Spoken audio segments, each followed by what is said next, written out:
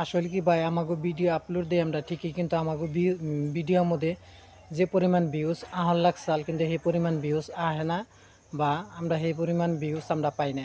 কারণ আমাকে video upload দিই ফুল কোয়ালিটি বা সাইজ মাইজ ভালো ভিডিও আমরা আপলোড দেই, কিন্তু আমাকে ফেসবুকে থেকে ভিউজ দেয় না। কারণ এটার কারণ আছে, কারণ আমাকে ভিডিওর মধ্যে ভিউজ আওয়ার কথা 1000, 2000, 3000 বা 100,000 এরকম করে ভিউজ আমাগো আওয়ার দরকার, কিন্তু আমাগো ফেসবুকে থেকে ভিউজ দেয় না। কারণ আছে এটা, কারণটা কি জানেন?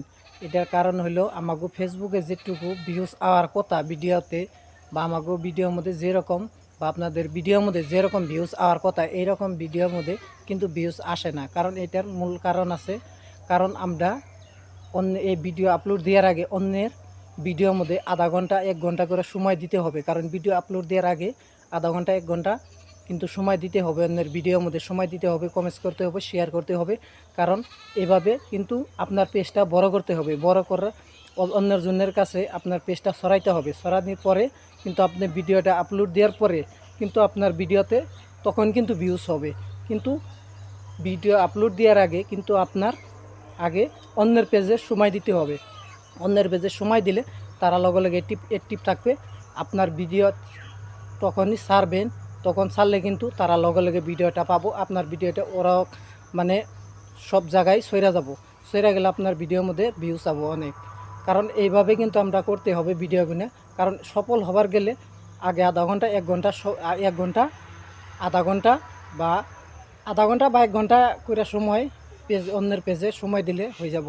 কারণ এইভাবে অন্যের পেজে আধা ঘন্টা করে সময় দিয়া তার মধ্যে আপনি ভিডিও আপলোড দেন, আপনার ভিডিওর মধ্যে অনেক ভিউজ হবে। কারণ যেটুকু ভিউজ আর কথা এটুকু ভিউজ আপনার হবেই।